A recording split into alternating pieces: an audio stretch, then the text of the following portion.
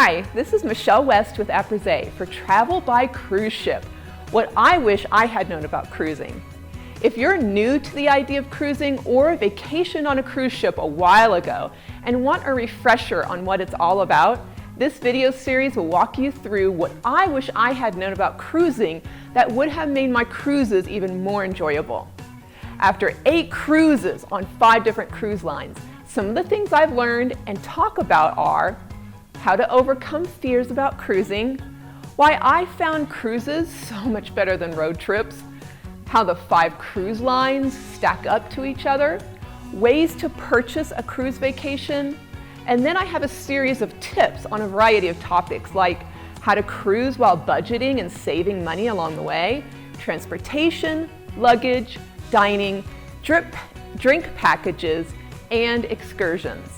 By the end of all this, you'll have a greater understanding of what cruising entails and how you can be better prepared to have the time of your life. There are 2 ways you can take this online class. One is on Skillshare.com and the other is on Udemy.com. You can find the links in the description below. I hope to see you on either platform so I can see what you've learned and answer any questions you have. So, let's get started.